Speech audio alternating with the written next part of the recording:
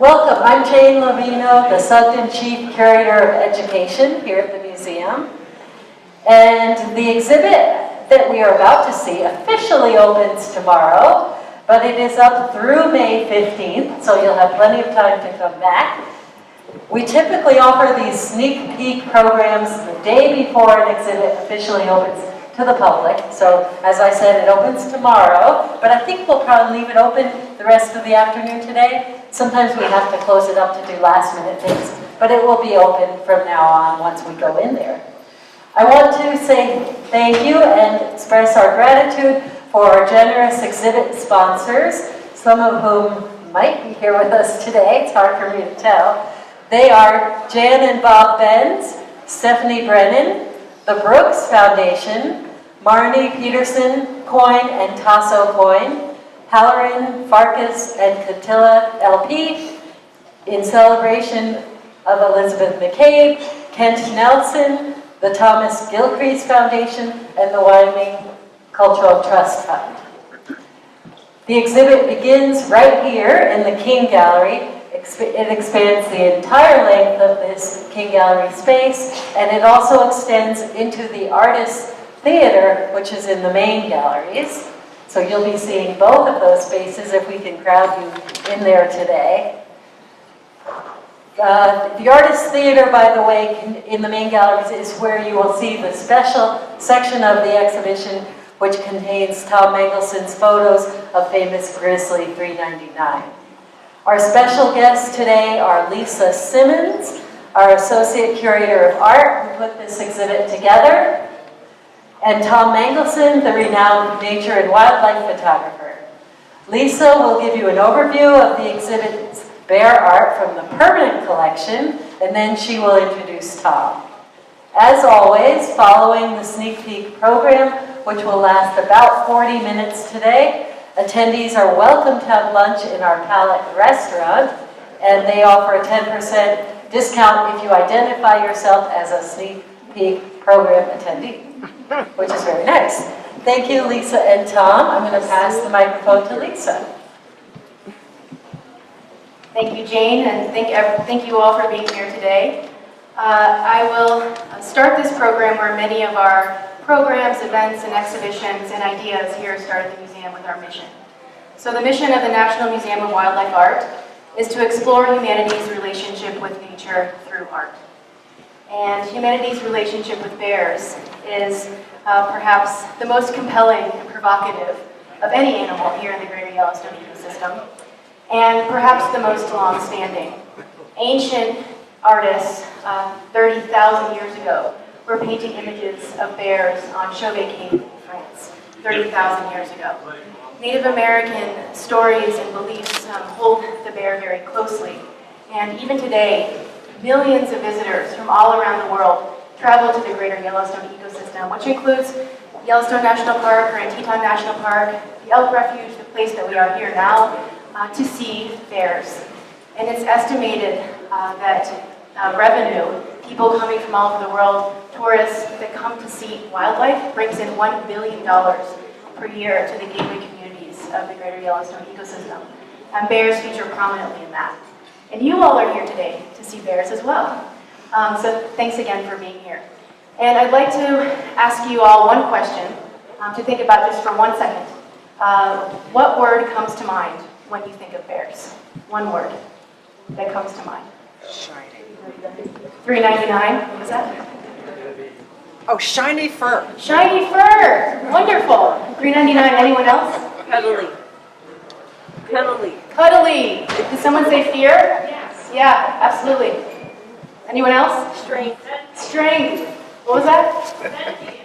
Sentient. Wonderful.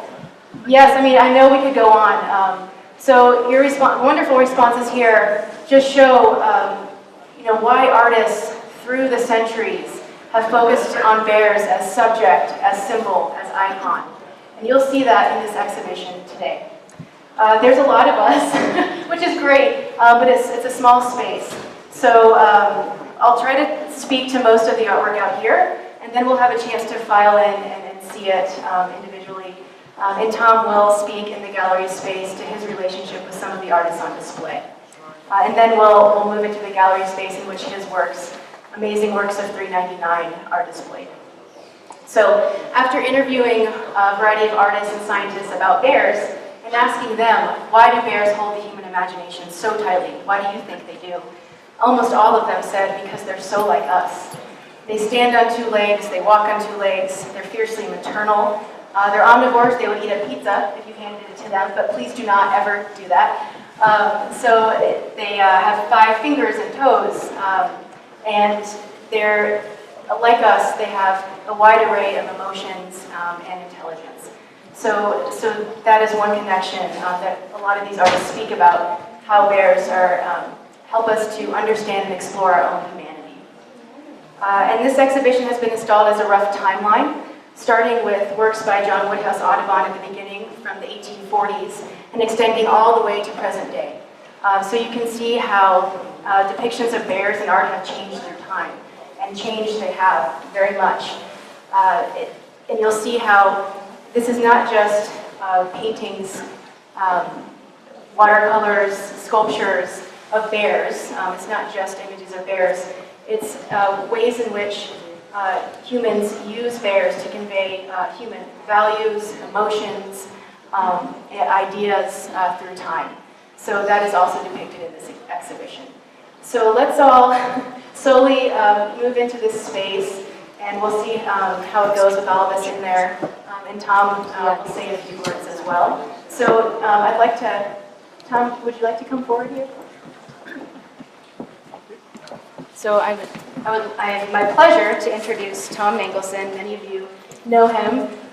He's a renowned American conservationist and nature and wildlife photographer who has traveled throughout the natural world for 45 years, observing and photographing Earth's last great wild places. He is perhaps most famous for his photography of wildlife in the greater Yellowstone ecosystem. In 2015, he and nature author Todd Wilkinson created a book, The Grizzlies of Pilgrim Creek. We have that for sale in the gift shop here, featuring a grizzly bear known as Grizzly 399, the star of today, so named due to her research number. He has been active in the movement to keep the Yellowstone area grizzlies on the endangered species list, and is known for trekking to all 7 continents to photograph a diverse assortment of nature and wildlife. His 1988 photograph entitled Catch of the Day has been labeled the most famous wildlife photograph in the world. In May 2018, he was profiled in CBS 60 Minutes. He has received dozens of accolades, and he began studying business at the University of Nebraska, and eventually transferred to Doane College in Crete, Nebraska, where he changed his major and graduated with a bachelor's degree in biology. His gallery, Images of Nature, is in the heart of downtown Jackson Hole, in addition to other galleries, including one in Park City, Utah, Steamboat Springs, and La Jolla, California. Please join me in welcoming Tom Mangelson.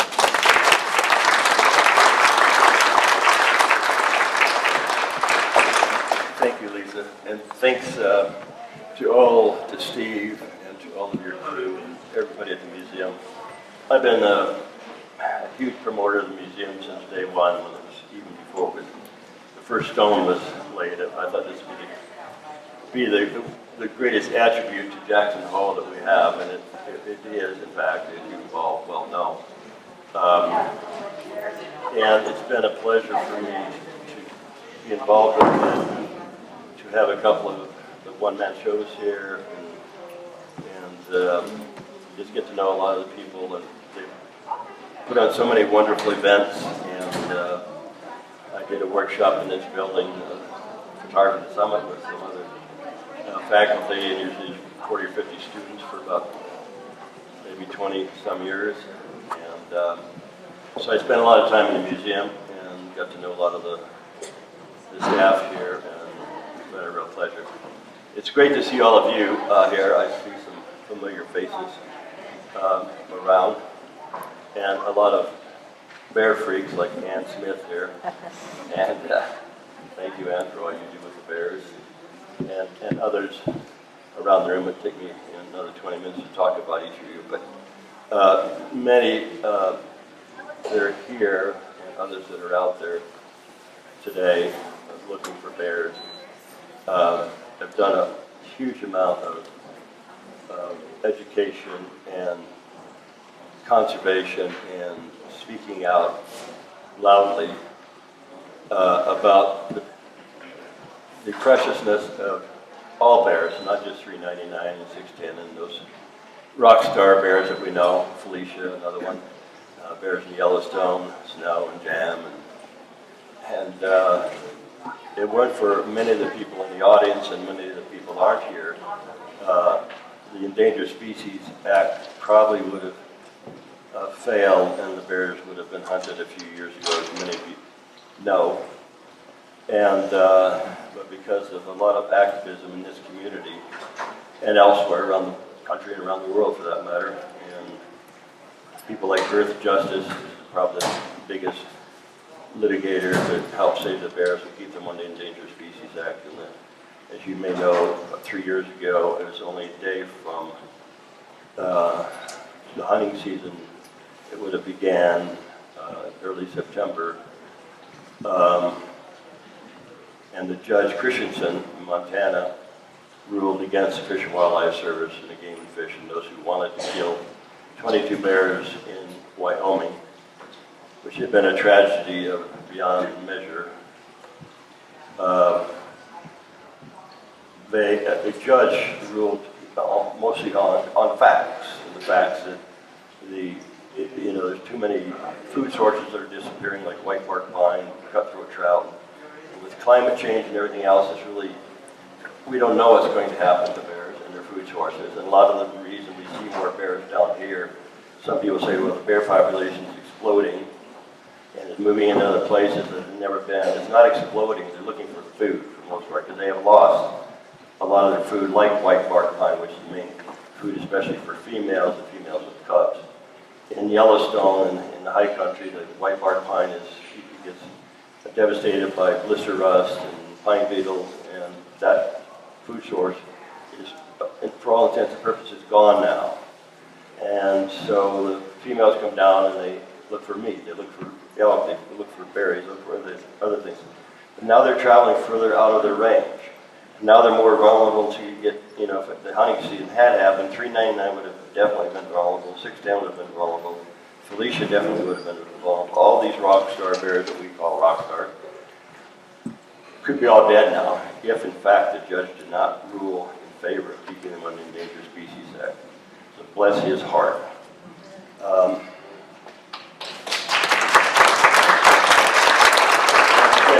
all the good work like Earth Justice and other people. But this has come to a really difficult year. This year we have lost 67 bears as to date, as of yesterday, 67 grizzly bears. That is a huge record and not one to be proud of. That is about 8% or almost 10% of the entire population of grizzlies in the greater Yellowstone core area and Teton Park. So that is not sustainable, And many of those bears have been killed by agencies because they've been, they've gotten into, quote, trouble or so. Some have not really gotten into trouble. They've been hazed too hard, in my opinion, in Teton Park. And 610's daughter, who has 3-year-olds, had 3-year-olds up until a few months ago, were hazed, and they got right after they were split up from their mother. They're like sub-adults, but they're still like teenagers. And they were split apart and wandered near the roads. They were hazed, and they were split up again. And they kept getting hazed and ended up down in basically north of town and got into a garage and dog food or something else. So part of it was hazing, part of it was sloppy people not securing their dog food, bird seed, garbage, anything they get into, they get habituated to like that. It only takes one garbage can and maybe a couple of bird feeders for them to learn that this is a free source of food. And they just go around looking and smelling. So then people complain, of course, that they don't want bears in their yard. Some come here for, I have no idea why they come here if they don't want to be able to live with wildlife. Beavers, it might be beavers, it might be bears, it might be wolves, And it's unfortunate, we need to help those people understand if they're going to stay here, that, wildlife is important to be here. That's why most all of us come here, why I came here. So, I spent, this is my 16th year now of documenting 399 and her offspring and their offspring. So I've gotten to know 399 quite well, and 610 and other bears and Felicia, and I really need to get a life because I have spent,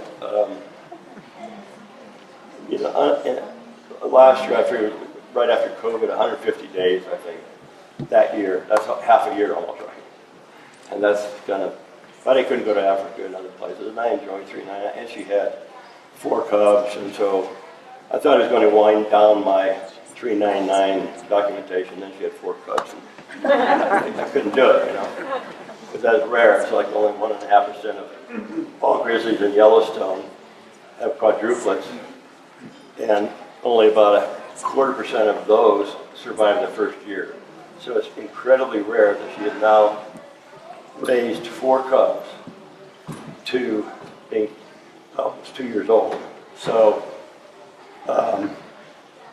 we really need, and it's incredible. She had one that was really, first day I saw her come out was on May 18th. She come out on May 18th 3 times. You believe it? Now, I don't know if she has a calendar or maybe an iPhone or what. She has to, it's not like she comes out when we see her on Pilgrim Creek across the highway. That doesn't mean she may have been out of the den for 2 weeks, we don't know. Her den is up way up in the wilderness, Pilgrim Creek, basically. And I did this book called Grizzlies of Pilgrim Creek. I thought about it about 5 years before I actually did it. And I always liked the name Pilgrim Creek. And I didn't really know how territorial she was or her home range was in Pilgrim Creek and the mountains. So it ended up being a blessing to me because I like Grizzlies of Pilgrim Creek. My publisher wanted to name it Grizzlies of Yellowstone. He said, that's kind of dumb. It's only about, she doesn't live in Yellowstone, number one. There's about 1,000 books about Grizzlies of Yellowstone. Anyway, we settled on that, and we changed, his title is Grizzlies of Yellowstone, mine is Grizzlies of Pilgrim Creek. But anyway, that's where she spends probably 40% of her time in the normal year. Now, you all know she's traveled far and wide this year. And last year she did a similar thing, but not as wide, not as far, and not as early. It was pretty much in the late fall when she went down south. And then she kept coming back. She'd come back to Pilgrim Creek and to areas on Moose Wilson and Shadow Mountain where she'd find gut piles. It hasn't started hunting yet. Well, there it has, but not on Blacktail Butte, which is across from where I live on Meadow Road, the airport. And she would find a lot of carcasses by hunters that weren't retrieved. They sometimes sort of blind shoot herds that are, stampeding, and a lot of elk are sometimes lost. But maybe the good thing about that is she gets to have good meals. But the counterpart of that is a lot of bears run into hunters, and there's a conflict. And once in a while, a hunter dies. Most of the time, bear dies. Bear dies all the time when that happens. But so many times the bears are killed because of who owns the carcass. So you can't blame 399 or any bear for smelling meat, especially during this time they have to get a lot of food right now, put on a lot of weight, hyperphagia, going into unhealthy. A year, 2 years ago, before she had the 4 cubs, I saw her at the end of Pilgrim Creek as she was heading up the creek, and she was so fat. Her belly was almost touching the ground, and her head looked like a Labrador, this big fat body. And she went in the den at November, I think 10th or something, very early. Last year she was fat, She did not eat anymore. She didn't have her cubs. She kicked them out the spring before. So she was alone, fat, healthy, went into den. And because of that, she had 4 cubs. And it's really dependent on the health of the mother when she goes into the den. They mate in June, and the egg is in suspension until they find out in the fall what the health is, and then it either implants or does not implant. And so in this case, everybody said, well, she's never going to have any more. She's 24 years old. She's done. She's a grandma. You know. I said, no, I think she's going to have 3. You know. We had this little bet, but she's such a damn good mother and so fecund that I said, I think she's going to have 3. And I was really serious about that, or at least 2, but not 4. Anyway, so that was a blessing. And I think if she lives through this winter, that she will kick them out in the spring and maybe get bred next June again. I'm hopeful of that because she's still quite healthy. Her teeth are still quite good. They're worn down. And she's still able to run. She covered about 75 miles from Pilgrim Creek to the ranch land down south, Munger Mountain, in 2 days. Mostly running. And she's looking for food. There's no other real explanation for it, you know. One guy said, well, she's trying to wear out as a teenager. Trying to wear out. So I will maybe leave with that, but maybe while I'm here and it's going to be difficult in there to talk much of it with this many people, but everybody wants to know where she is. She's been down south near Munger Mountain, Fall Creek, and Hoback a few days ago, to my knowledge. And I've been trying to find out for 2 days to verify a story that came from a reliable source, not a rumor from this person. And I try to call, write, email Hillary Cooley, who's the person in charge, the grizzly bear coordinator for the Fish and Wildlife Service, recovery person. She's here, I've heard. A guy named Brady's here. We call him the shooter. He hazed Felicia and all that, you know, many of you know about. He works in Yellowstone, mostly hazing bears there, and he's here.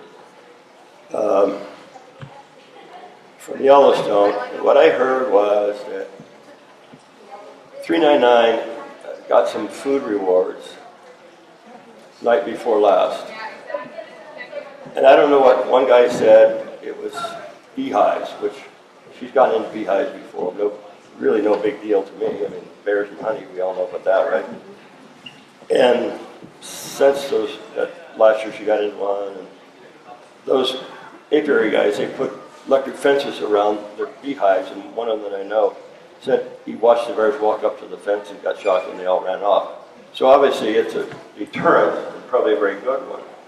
Now, if we could do that with securing our garbage and our horse feed, and the hunters could secure their horse feed, because they all have horses in the backcountry, and we all can be sloppy and don't think that a bear is ever going to come near us.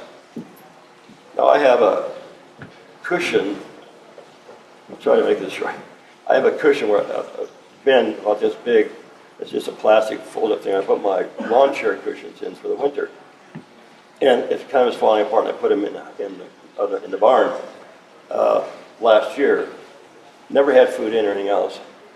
But a week ago, the thing was pushed out about 20 yards into my yard and flipped over. Well, of course it was a bear. I've never had food in it, no smell. Cushions are gone, it's totally empty. But the bear saw what looked like a dumpster and checked it out. So they not only go by just smell, but they're going by sight, obviously. Anyway, so back to a couple of nights ago, she was down south, apparently got some food rewards, but I can't find out exactly what. You know, I don't know what it is. And I've written Hillary Cooley, I tried to call her.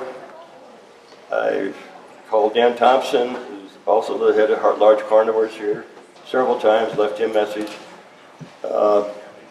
He only gives me his office phone, and all I get is leave a message. I called the PR guy here, I called a couple other people, so I can't find out for sure. So, take this with not a grain of salt. But I believe that the Fish and Wildlife Service, with the help of Game and Fish, is trying to trap and collar 399 and dart her cubs. And like I said, I've tried, it happened only night before last as this happened. So I was reluctant to say anything, but if it's true, we really need to raise hell. She does not deserve to be trapped, collared. She's been trapped more than a dozen times. She's been collared at least 10 times. And it's really dangerous to trap bears with colder traps. They have these big iron doors. They go in, you step on a plate, pulls a wire, table, big iron door, 150 pounds, whatever it is, slams down. Bears have broken backs, cubs have gotten killed, cubs have got left in traps, bears have gotten left in traps, cubs got left outside, killed by wolves. Some get over-tranquilized, the cubs will be tranquilized and darted. Some have died from overdoses, and dirty needles, septicemia. So it is not a passive, nice, easy catch them up and put a collar on them, we can follow her. It's dangerous as hell. For them to be doing this to almost a 26-year-old female. And I don't know what the excuse might be, even if it was eating somebody's garbage. I mean, if it wasn't short of chasing somebody in the house or breaking down a door, I feel really reluctant to go along with it. We've lost 67 bears in Wyoming. At least 3 or 4 are 399's offspring. 610s, 2 sub-adults were euthanized this last late summer, fall. Her other cub from a different year was euthanized just a week ago. And there's been, and her cub died of natural causes, etc. But anyway, we are losing one hell of a lot of bears. And with all of you here, I know you want to see all that you're here, obviously, because you love bears and art and hopefully 399. So I want to get that out here rather than trying to do it in there, which would be pretty impossible because I won't have a microphone in there, I don't believe. So anyway, sorry to take up that much time. You're here to see the art and enjoy the bears, and just please do whatever you can, especially if this is in fact true. Like I said, I was reluctant to say it, but I have a good enough information that I think it's true. So what do you do at this stage? Well, you call the game fish, call the Fish and Wildlife Service, write your Hillary Cooley, advertise it to everybody you know to write, call, and complain. One question back there.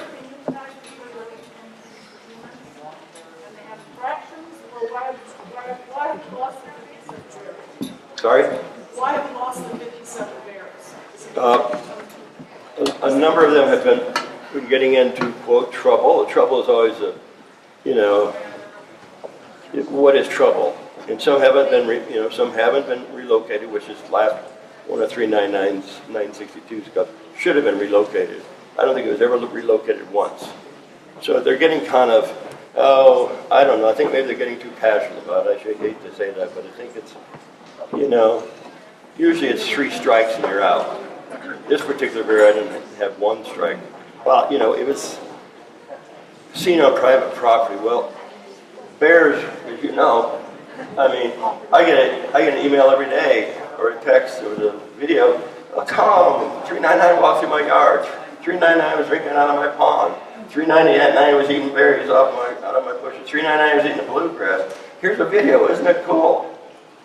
Now, there are a few people who called me and said, there's a bear in my yard, I want you to get them the hell out of here. Well, those people should go back to New Jersey. Okay, thank you for being here.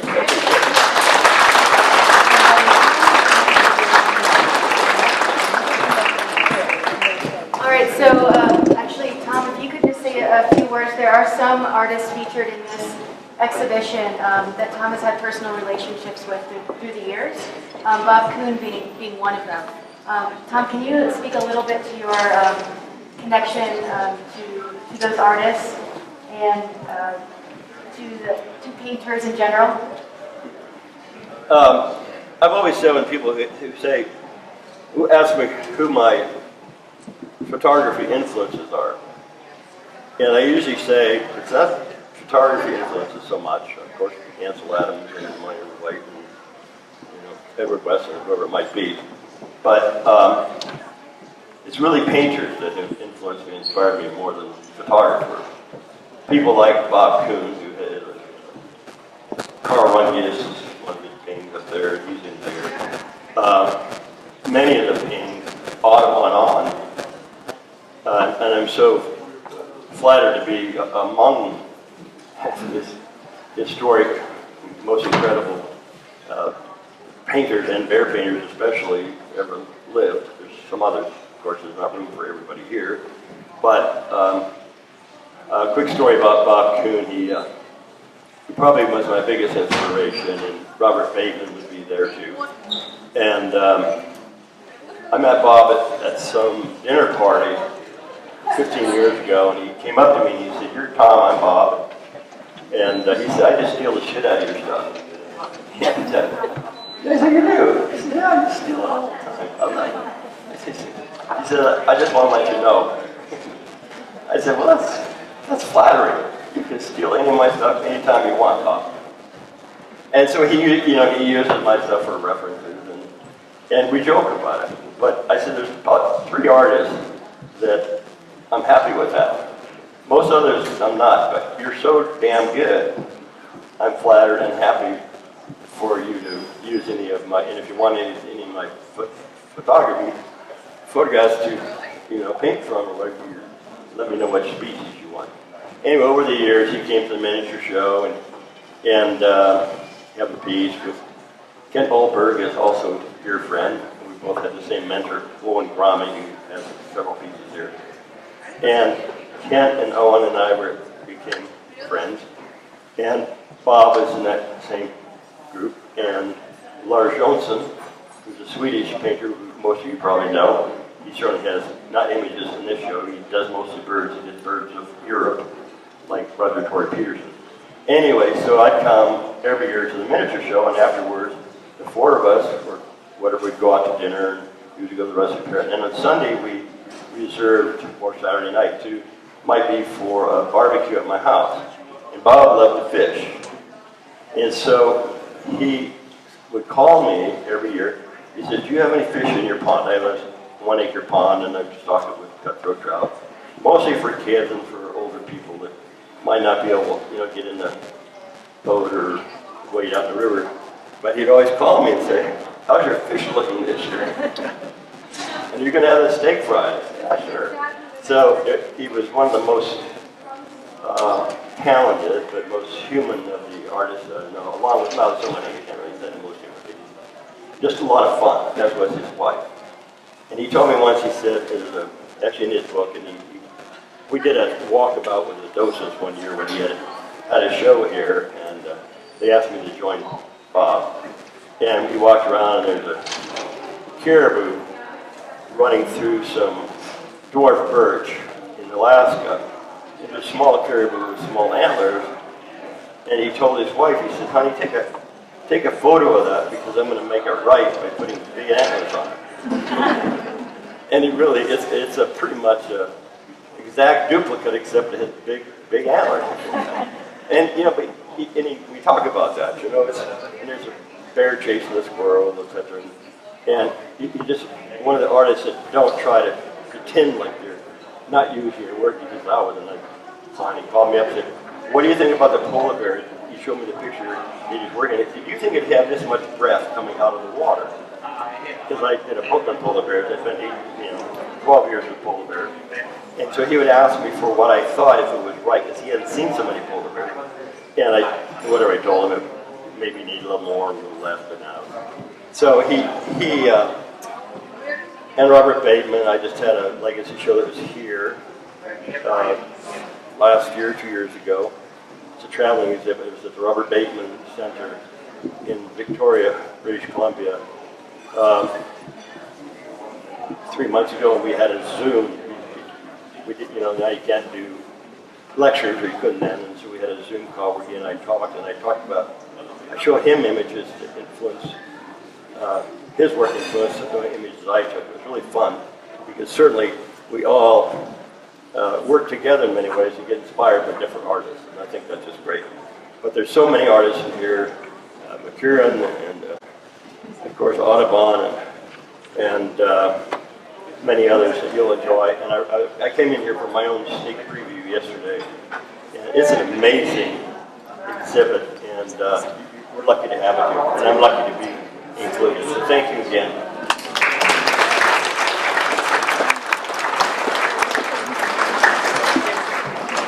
Thank you, Tom. So because there's a wonderful crowd here today, I think the way that we're going to organize it is, Tom, if you wouldn't mind, his installation is in the main galleries this way, and the space in which his photographs are featured is quite small, so just know that. But it would be nice for Tom to be able to speak in front of his works about the pieces individually and the stories behind them, and his inspirations, as he's done already. So feel free to follow Tom into this gallery space, and I will mention this program is free with the price of admission. So if you haven't purchased admission yet, we would be very grateful if you could do so. Additionally, when you're in the gallery space, just be conscious and please don't touch the paintings or the sculptures. Stay away from the walls, and thank you all so much for wearing your masks. In addition, you're welcome to now enter the King Gallery to see the Bears exhibit, the permanent collection installation as well.